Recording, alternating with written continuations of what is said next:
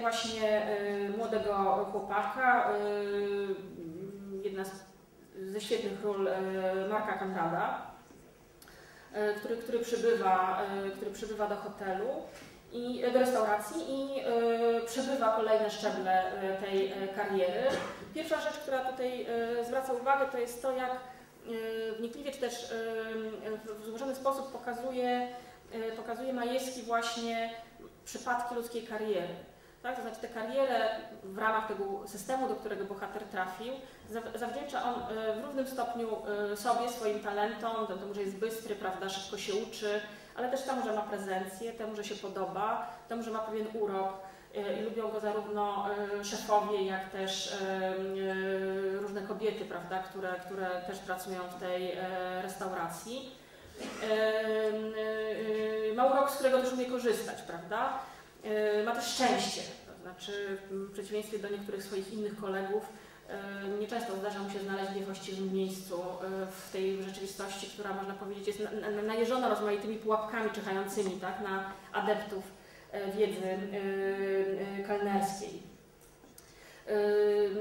Tutaj z tej perspektywy cały ten świat, zamknięty świat, bo w gruncie rzeczy jesteśmy cały czas w zamkniętym świecie restauracji, to jest też tutaj warte podkreślenia, prawda, że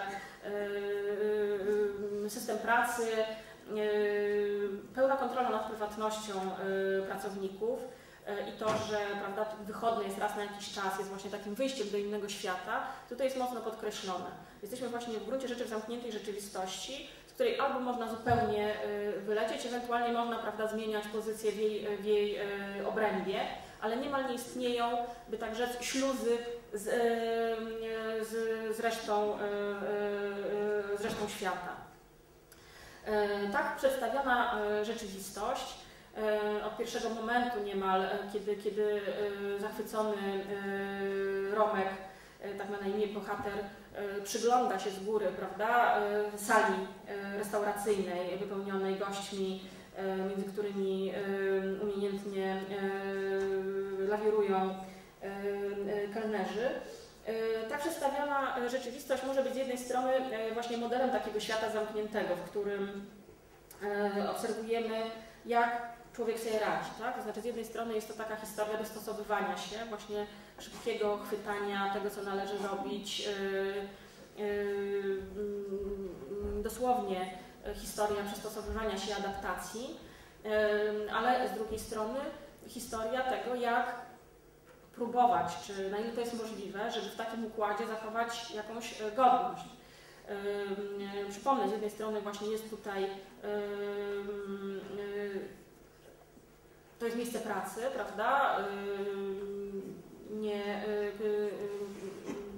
najwyraźniej wartościowane pozytywnie i jako miejsce pracy, i jako to, że jest to w ogóle praca, gdzie właściciel pełni rolę niemal Boga i gdzie od początku wyraźnie się mówi, prawda, osobom przyjmowanym do pracy, że dokonuje się radykalnej ingerencji w ich życie prywatne, ponieważ istnieje zakaz nawiązywania relacji w obrębie, prawda, tej grupy zawodowej.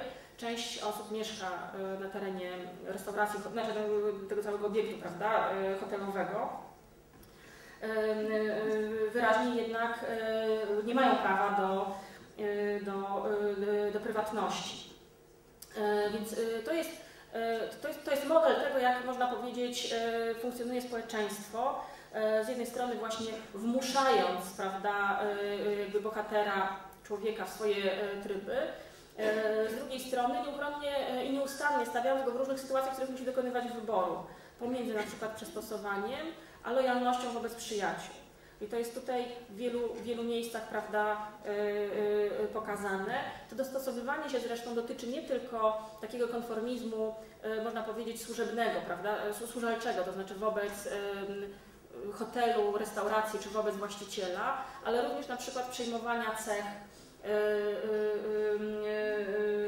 osób, które mają władzę. To jest tutaj interesujący proces, prawda, w którym bohater, który pokonuje kolejne szczeble awansu, zaczyna wraz z pozyskiwaniem kolejnych, można powiedzieć, belek, prawda, w tej hierarchii restauracyjnej, przejmować również pewne cechy, które mają ci, które mają osoby sądzące, że mają władzę, że mogą właśnie dysponować w pewnych granicach oczywiście w tym układzie cudzym losem. I interesujące jest tutaj właśnie też to, że można powiedzieć, patrzymy właśnie na to, jak działa społeczeństwo na pewnym modelu od kuchni, dosłownie od kuchni, prawda? Dlatego, że tutaj wielki świat, klasa średnia, która przychodzi do restauracji, jest obserwowana właśnie z perspektywy tych, którzy ją obsługują. Więc to jest też bardzo w ciekawy sposób pokazane to, co rzeczywiście w rzeczywistości PRL-u było zapewne nieco abstrakcyjne. Przy okazji misia będziemy mówić o tym, jak prawda, to nie klient nasz pan, ale dokładnie odwrotnie. To kelner ma władzę, prawda, nad klientem w PRL-u. Tutaj natomiast ja bym może użyła, pewnie lekkie to jest nadużycie, ale użyłabym porównania do Gosford Altmana, prawda, gdzie właśnie mamy dwa światy dokładnie od siebie oddzielone. Tutaj to jest jeszcze bardziej konsekwentne w tym sensie, że o tym drugim świecie się niczego nie dowiadujemy, poza tymi sytuacjami, w których goście restauracji jakoś wyraźniej, prawda, zwracają się do któregoś z pracowników hotelu. Więc jest to też bardzo interesująca perspektywa właśnie spojrzenia na społeczeństwo. Takie społeczeństwo, można powiedzieć, z klasą średnią. No to jest społeczeństwo, w którym ludzie mają czas, mają pieniądze na to, żeby na przykład jadać poza domem. No trzeba brać to, prawda, pod uwagę, że to jest też pewien kontekst społeczny i kulturowy, niekoniecznie oczywisty.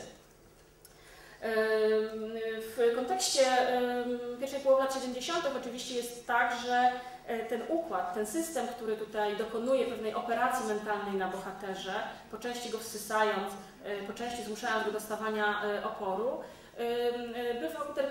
bywał interpretowany jako znowuż metafora po prostu każdego systemu. Generalnie, prawda, pewnego systemu społecznego, jakoś opresyjnego, jak można powiedzieć o PRL. I tutaj Tadeusz Lubelski, prawda, na przykład widzi w tym filmie wręcz zapowiedź kina moralnego niepokoju. Tyle, że ubrano w ten historyczny kostium adaptacji, co rzecz jasna nie będzie cechą kina moralnego niepokoju, to będzie kino, jakby jego ważnym wyróżnikiem będzie to, że będzie ono całkowicie współczesne. I na jeszcze jedną rzecz tu warto zwrócić uwagę. To jest świat norm i skandal. Bo właśnie kiedy mówimy o takiej rzeczywistości, w której ludzie regularnie przychodzą do restauracji, prawda, w której to jest niezwykle uregulowane, niezwykle schierarchizowana rzeczywistość, prawda, w której wszystko ma swoją kolejność, nie tylko szczebla awansu rąka boryczki, ale przede wszystkim, nie wiem, kolejność podawania potraw, sposób ich podawania,